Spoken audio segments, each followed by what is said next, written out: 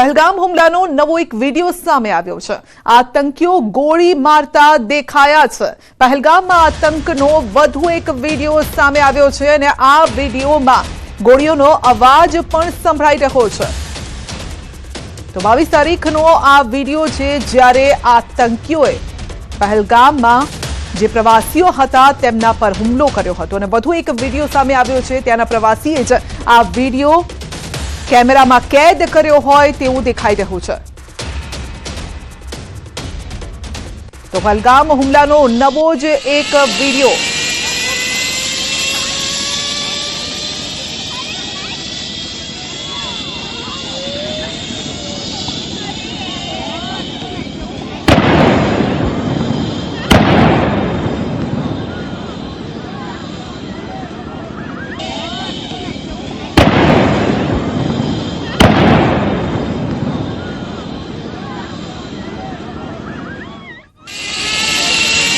तो आपे सांभळ्यो गोळीओनो अवाज जाणे के जोरथी बॉम्ब मारो थयो होय तेवो अवाज संभळायो। पहला तो कोई कई समझी ज न शक्युं अने पछी लोकोने ज्यारे खबर पड़ी त्यारे लोको भागता नजरे पड़े छे, परंतु मोबाइलना केमेरामां कैद थया छे आ दृश्यो, आ अवाज पण कैद थयो छे ज्यां आतंकीओ एकदम ज धसी आव्या अने प्रवासीओ नजीक तेओ पहोंची रह्या छे। आ दृश्यमां पण आप जोई शको छो के एक आतंकी प्रवासीओनी आसपासथी पसार थई रह्यो छे, ते कंईक बोली पण रह्यो छे।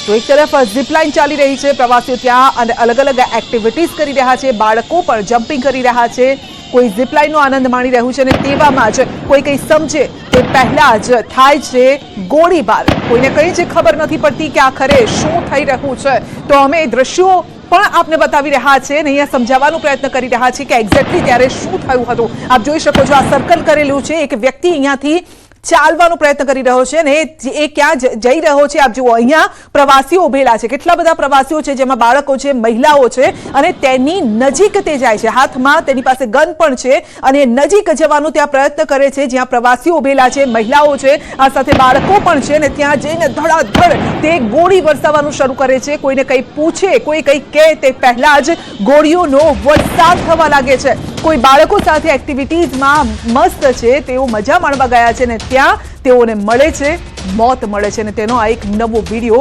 સામે આવ્યો છે। તો પહેલગામ હુમલાને લઈને આ સૌથી મોટા સમાચાર। તપાસ એજન્સીઓના સૂત્રોના હવાલેથી મોટી ખબર। હુમલા પહેલા સોશિયલ મીડિયા પર એક્ટિવ હતા આતંકીઓ। હુમલા બાદ પણ એક્ટિવ હતા આતંકીઓ અને રેજિસ્ટ્રેટ નામના ગ્રુપમાં તેઓ એક્ટિવ હતા। ગ્રુપમાં પહેલગામ હુમલાના વિડિયો પણ તેઓએ શેર કર્યા। एक आतंकी ग्रुप में बंदूक चाहिए पण एवं पण लख्युं हतुं। तो आतंकीओ ग्रुप में ए प्रकारे पण लखी रह्या हता बंदूक चाहिए।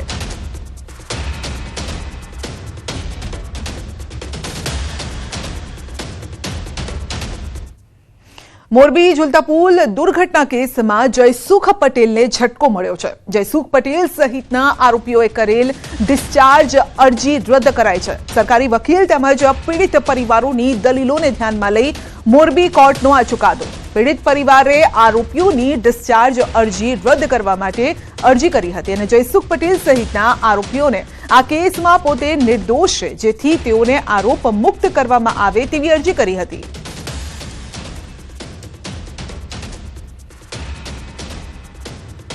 आ केसनी अंदर दरेक आरोपीनो सीधो रोल छे जे नामदार गुजरात हाईकोर्टे पण अनेकवार ठरावी दीधेलुं छे। अमारी जे रजूआत हती ए नामदार कोर्टे मायनी छे।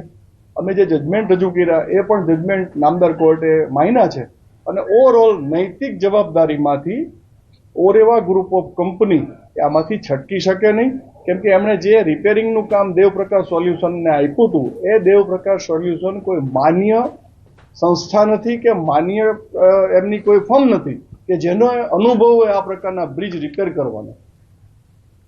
અંકલેશ્વરની મહાનગરપાલિકાનો દરજ્જો આપવાની માંગ ઉઠી છે। જિલ્લા ભાજપ પ્રમુખ પ્રકાશ મોદીએ મુખ્યમંત્રી ભૂપેન્દ્ર પટેલને પત્ર લખી રજૂઆત કરી।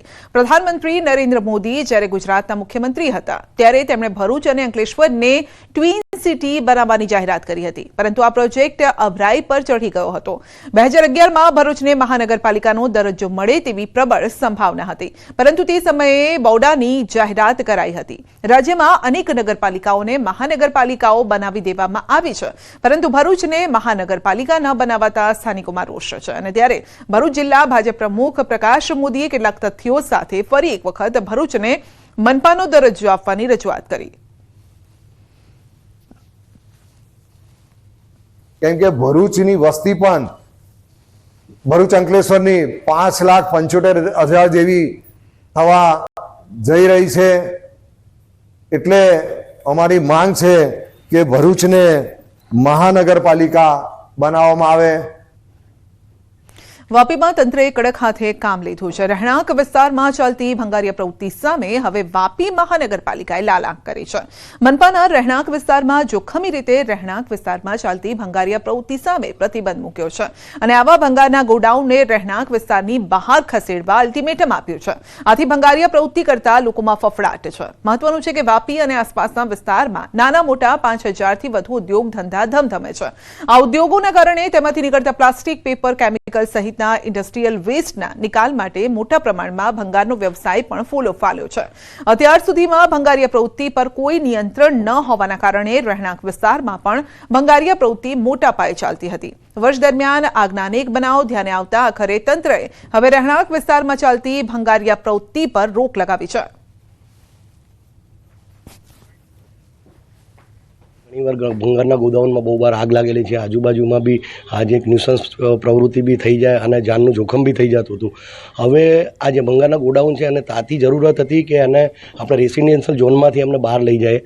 અને કારણ કે રેસિડેન્શિયલ ઝોનમાં એમના ગોડાઉન ભંગારના ગોડાઉન જે હતા એના આજુબાજુમાં કઈ જગ્યાએ આંગણવાડી હતી, સ્કૂલો હતી, હોસ્પિટલ હતી, તો એ ફ્યુચરમાં મોટું જોખમ થઈ શકે તેવું હતું. આ પ્રકારના વિસ્તારમાં જ્યાં લોકો રહેતા હોય, રહેણાંકની ઝોન હોય, એ કોઈ પણ રીતે રેગ્યુલરાઇઝ થઈ શકે નહીં. આ લોકો જે ઇમ્પેક્ટમાં પણ અપ્લાય કરે તો પણ રેગ્યુલરાઇઝ નહીં થઈ શકે, કારણ કે આ ઝોન રેઝિડેન્શિયલ માટે છે. આ પ્રકારની પ્રવૃત્તિ માટે ઝોન જ નથી, એટલે રેગ્યુલરાઇઝ પણ નહીં થઈ શકે. આને હવે દૂર કરવું જ પડશે. રાજકોટ મનપા તંત્રનો મોટો છબડ